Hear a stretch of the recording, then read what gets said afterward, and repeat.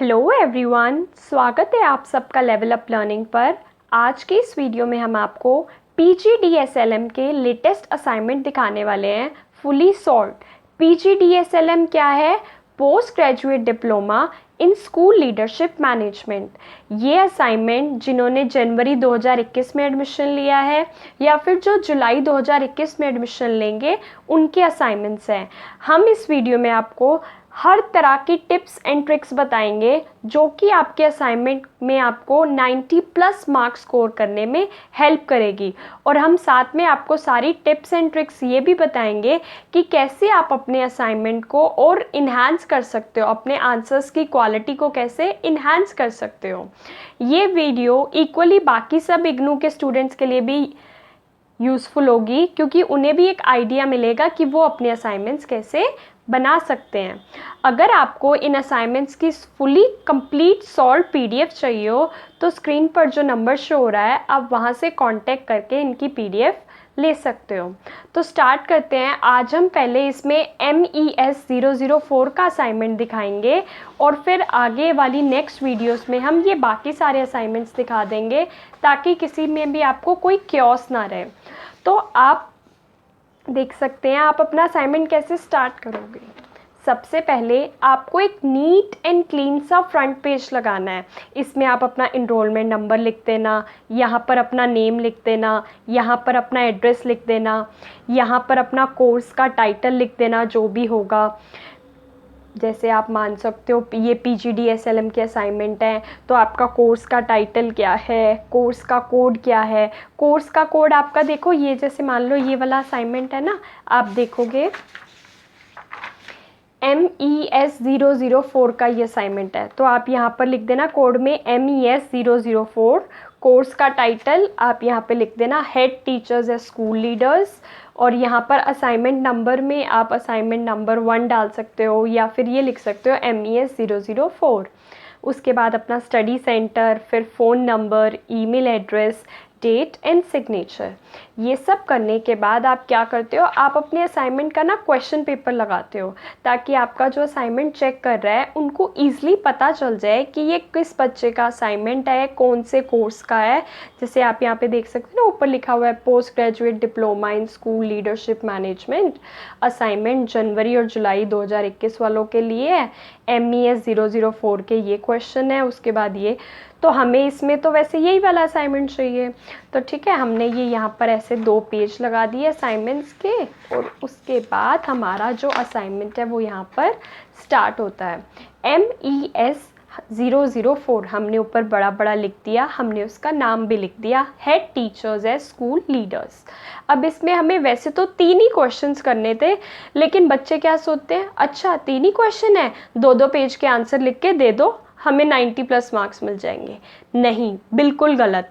उसमें ना उन्होंने लिखा हुआ है वर्ड लिमिट 500 वर्ड्स में होना चाहिए आंसर। और अगर वो आपसे 3 क्वेश्चन पूछ रहे हैं तो ऑब्वियसली आपके टीचर्स आपसे एक्सपेक्ट करते हैं कि आप उनको एक प्रॉपर आंसर दो, फ्रॉम इंट्रोडक्शन टू कंक्लूजन सब कुछ होना चाहिए। तो हम आपको दिखाते हैं आपको कैसे अपना आंसर लिखना होता है।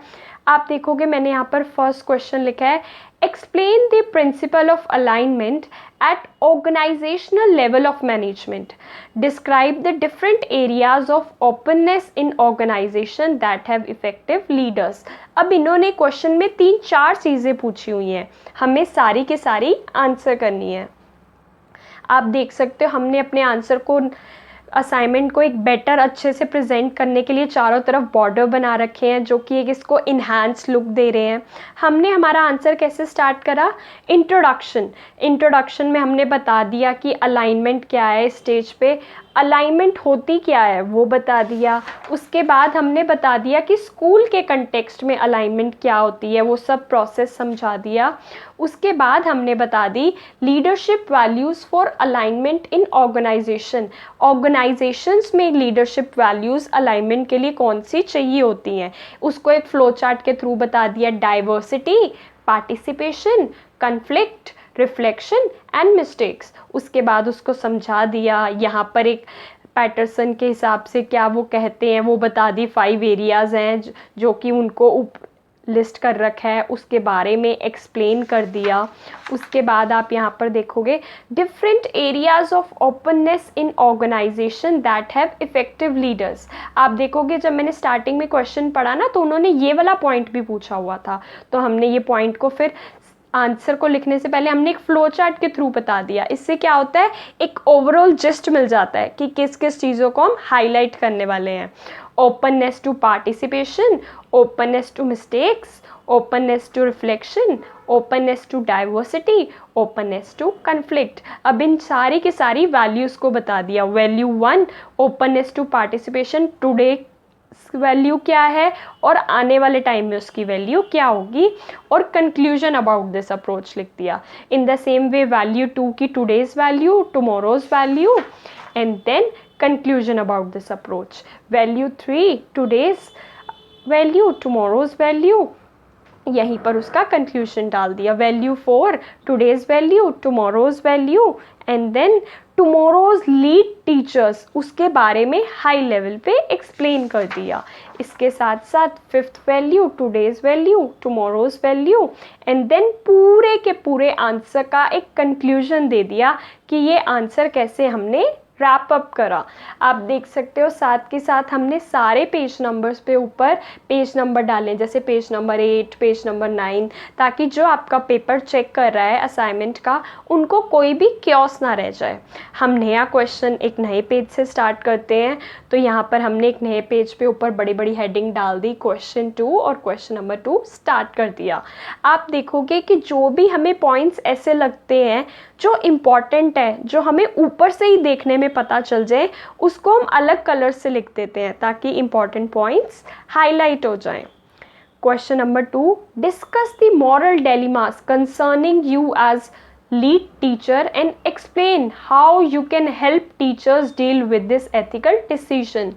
हम हमारा आंसर एक इंट्रोडक्शन से स्टार्ट करते हैं, फिर हमने उसे मेन कैटेगरीज में बांट दिया, उसकी एक्सप्लेनेशन हमने दे दी, उसके बारे में हमने सारे पॉइंट्स को अच्छे से एक्सप्लेन कर दिया। इनके अंदर हमने एग्जाम्पल्स भी डाल दिए।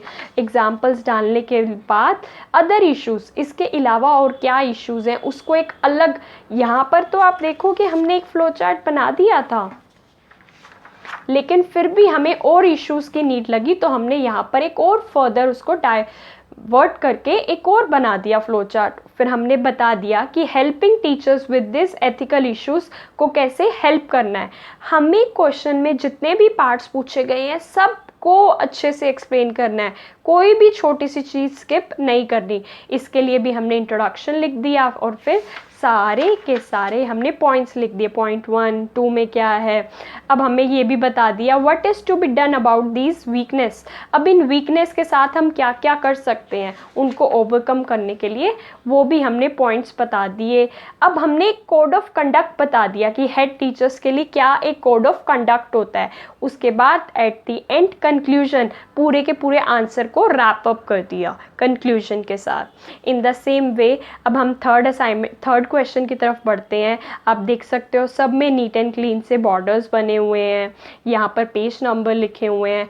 अगर आपको इन असॉल्ड असाइनमेंट्स की PDF चाहिए हो, कंप्लीट PDF, कंप्लीट आंसर्स की, तो आपको सिर्फ और सिर्फ स्क्रीन पर जो नंबर शो हो रहा है वहाँ पर कांटेक्ट करके ही PDF मिल सकती है, और कहीं पर ये PDF अवेलेबल नहीं है सॉल्व की। Question number 3, explain the importance of problem solving skills for a head teacher. Illustrate the problem solving model you employ as head teacher। अब हमें इसे को बताना है। इंट्रोडक्शन लिख दिया हमने कि प्रॉब्लम सॉल्विंग होता क्या है, कौन कौन सी अप्रोचेज है, एक रैशनल अप्रोच है, एक एप्रिशिएटिव इंक्वायरी है, इनके बारे में थोड़ा थोड़ा बता दिया। उसके बाद हमने प्रॉब्लम सॉल्विंग स्किल कि क्या इम्पॉर्टेंस है हेड टीचर के लिए, वो यहाँ पर लिख दी। प्रॉब्लम सॉल्विंग मॉडल क्या है, वो सारा का सारा प्रॉब्लम सॉल्विंग हमने मॉडल इलस्ट्रेट कर दिया। स्टेप 1 क्या है, आइडेंटिफाई द प्रॉब्लम, क्या प्रॉब्लम है। स्टेप 2, एक्सप्लोर ऑल्टरनेटिव्स, क्या क्या ऑल्टरनेटिव्स हो सकते हैं। स्टेप 3, सिलेक्ट एन ऑल्टरनेटिव, अब यहाँ पर जितने ऑल्टरनेटिव्स मिले उनमें से एक ऑल्टरनेटिव सिलेक्ट करो। 4, इम्प्लीमेंट द सॉल्यूशन, अब उस जो आपको सॉल्यूशन मिल गया उसको इम्प्लीमेंट करो। 5th, इवैल्यूएट द सिचुएशन, उस सिचुएशन को इवैल्यूएट करके देखो। ये आपका पूरा प्रॉब्लम सॉल्विंग का मॉडल है। उसके बाद हमने सारे के सारे स्टेप्स को एक्सप्लेन कर दिया कि आइडेंटिफाई करा प्रॉब्लम को, उसके बारे में क्या क्या पैरामीटर्स होंगे, क्या क्या चेकलिस्ट होगी, क्या क्या होना चाहिए उसके अंदर। उसके बाद हमने यहाँ पर ये लिख दिया, ये पेज टर्न हो चुका है, ये ऐसे है page number 20, page number 21, page step 2 क्या होगा, उसके अंदर क्या क्या पार्ट्स आएंगे, उसकी क्या टेक्निक्स होंगी। फिर स्टेप 3 सिलेक्ट एंड ऑल्टरनेटिव्स, ये सारा कुछ लिख दिया। स्टेप 4 कैसे सॉल्यूशन को हम इम्प्लीमेंट करेंगे, क्या क्या तरीका होगा। और उसके बाद यहाँ पर step 5 evaluate the situation, problem solving के हिंट्स और क्या विजडम्स है। एट द एंड कंक्लूजन, पूरे आंसर का एक कंक्लूडिंग स्टेटमेंट कि पूरे इस प्रॉब्लम सॉल्विंग को कैसे डील करना है या क्या क्या है वो बता दिया। अब आपने देखा ना, हमने हर आंसर को एक प्रॉपर वे में लिखा है। पहले इंट्रोडक्शन, फिर मेन पॉइंट्स, फिर फ्लो चार्ट्स, फिर कंक्लूजन। इससे क्या होता है, आपके आंसर्स की जो क्वालिटी होती है वो इन्हांस हो जाती है। आज की वीडियो में हमने MES का 004 का असाइनमेंट दिखा दिया। अगली वीडियो में 005, 006, 006, साथ में 007 एंड 008 का असाइनमेंट हम आने वाली वीडियोस में आपको दिखा देंगे। आई होप ये वीडियो आपके लिए हेल्पफुल रही होगी। अगर वीडियो पसंद आई हो तो लाइक कर देना, कमेंट करके बताना कि आप ऐसे और कौन कौन से कोर्सेज़ के असाइनमेंट्स देखना चाहते हो। वीडियो को शेयर कर देना। अगर आपको इन असाइनमेंट्स की कंप्लीट प्रॉपर आंसर्स की विद डिफरेंट एग्जांपल्स और कंप्लीट अगर आपको प्रॉपर आंसर्स चाहिए तो आप स्क्रीन पर दिए हुए नंबर पे कांटेक्ट कर इनकी PDF ले सकते हो। Thank you so much for watching.